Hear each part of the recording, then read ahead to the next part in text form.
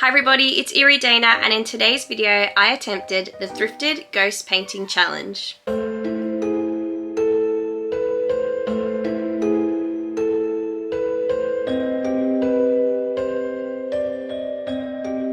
So you guys might have seen that thrifted ghost painting trend on TikTok like last month. Pretty much people were buying thrifted art and then painting little ghosts in them. I have a feeling that my channel is going to turn into a little spooky arts and craft channel because I have some other projects that I'm going to be doing soon. So I'm going to take you with me on the entire process of doing this little spooky ghost painting. So the plan is get art supplies. We also need to get a thrifted painting. Nothing too big, nothing too small, and something that you can easily put a little ghost in. And 3, I need to get lunch because I'm really hungry. I think I'm gonna get Chinese, like dumplings.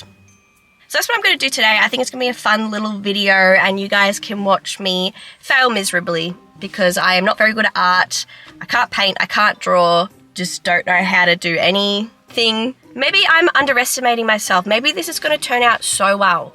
If you can see the weather's not the best, so it might rain, which is not a good thing because I do not like parking close to where I need to go. I like to make life hard for myself because I don't like parking. Parking stresses me out. I like to park a couple of blocks away. I'm literally in like this big parking lot. There's like hardly anyone in here. Does anyone else do that? Does anyone else not like parking and park like a mile away? I'm gonna go into an antique store to find the painting that I want. I've never been to this particular antique store before either, so hopefully it's good. I've got high hopes.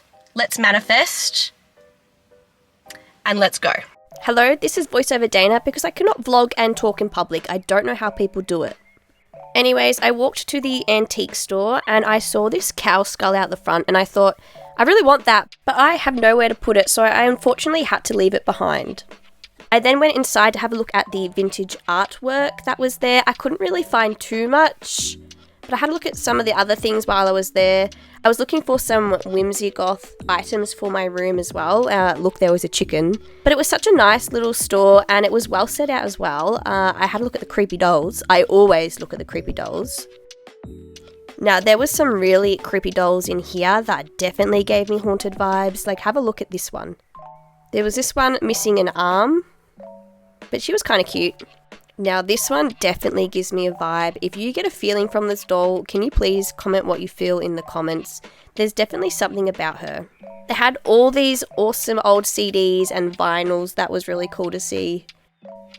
Did you see that? Was that Hagrid? I had a look at some of the old glass bottles because I just really like old glass bottles for some reason. I thought that these jars would make for really cool spell bottles with the big cork. I then found some of the artworks. Hello, there's me. There was some more old paintings, but a lot of them was just too big and not what I was looking for. I thought this house one was cool, but once again, it was way too big. This one would have been cool to turn into a little ghost girl and maybe a little ghost dog. I also found some vintage hairbrushes, which were really sweet. And then I found this creepy mannequin in the cart. Like, what is that about? That was really weird. If this rocking horse started to rock, I think I would wee my pants. I ended up leaving the antique store to have a think about which painting I wanted to get, so I went to Kmart to have a look for art supplies. And I found some, but I wasn't sure whether to get acrylic or oil paint, but I got acrylic. Here's me choosing the paintbrushes. Which one do I get? Anyways, got the goods. I then went to the op shop and I found this photo of somebody's cat, and it made me really sad. I did get some prints for the ghost photos, but you'll have to keep watching to see what I got. Alright, I'm back, and I bought a couple of extra things. Don't mind me eating. So literally as I was walking back to the car, it started to rain.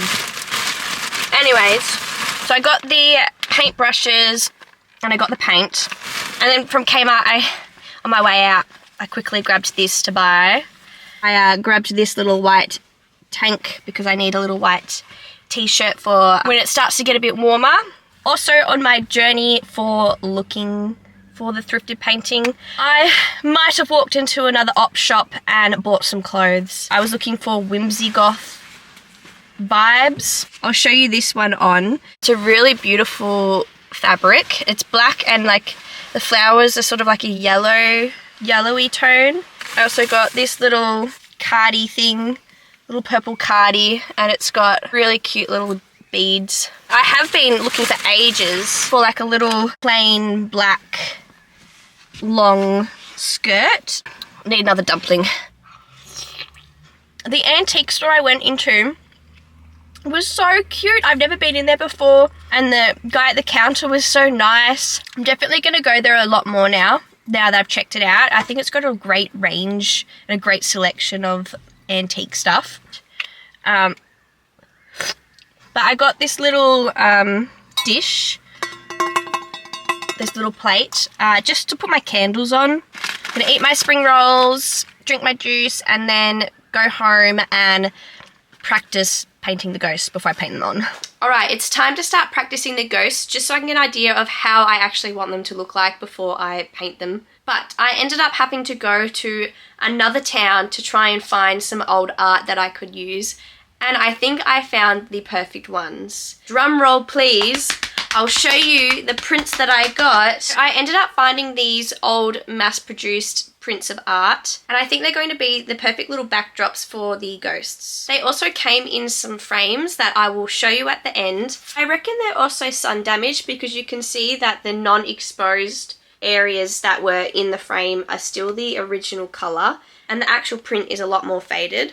But I actually kind of like that because it gives it more of a gloomy, spooky feel. So I can't wait to give these prints a new life and show you what they look like at the end. So I began to practice painting the actual ghost just to get an idea of how I want the ghost to look like. You'd think that drawing ghosts was easy, but I actually found it so hard. There are so many talented artists on TikTok, so I was really comparing my ghost to theirs. So I thought that my first ghost was pretty good, so then I began practicing painting the pumpkins, and I found the pumpkins a lot harder. And at first I couldn't quite get my pumpkin the right colour and shape, so I tried it again and I think I got the shape a little bit better, but my pumpkins were still looking more like apples. But the colour was still not quite right, so I tried to get it to more of a pumpkin orange. And my third attempt of the pumpkin looked a lot better.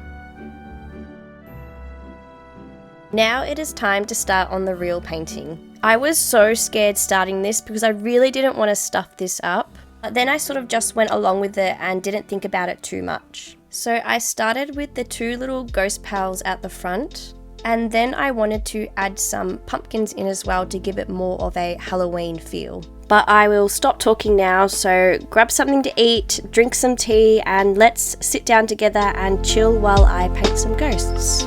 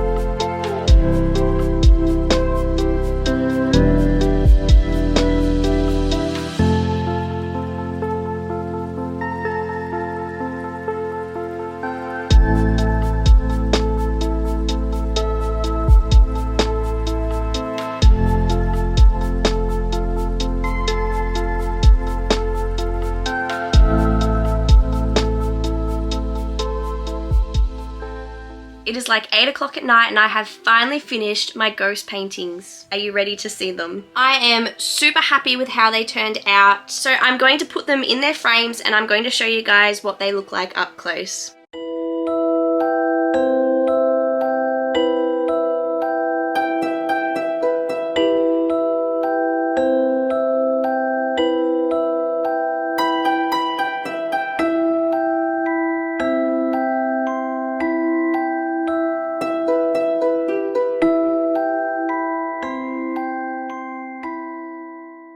My favorite one is probably this one. I love the little ghost pals here and the pumpkins, but I really love the crows in the sky. And I like this one as well. I did the ghost holding the pumpkin, a little ghost in the window, and then some bats and a black cat sitting on top of the roof. This was such a fun DIY spooky project. I definitely recommend having a go at this challenge. And I think I did a pretty good job considering I'm not an artist. So these are going to hang up in my room and be very loved. Let me know which painting is your favorite, and if you think I should add anything else to it, make sure you leave a comment so I can read them. And thank you to everyone who has supported my channel so far. I'm very early on in my YouTube journey, and I appreciate all the support. If you found this video interesting, make sure you like and subscribe, and I'll see you in the next video, my spooky friends. Bye!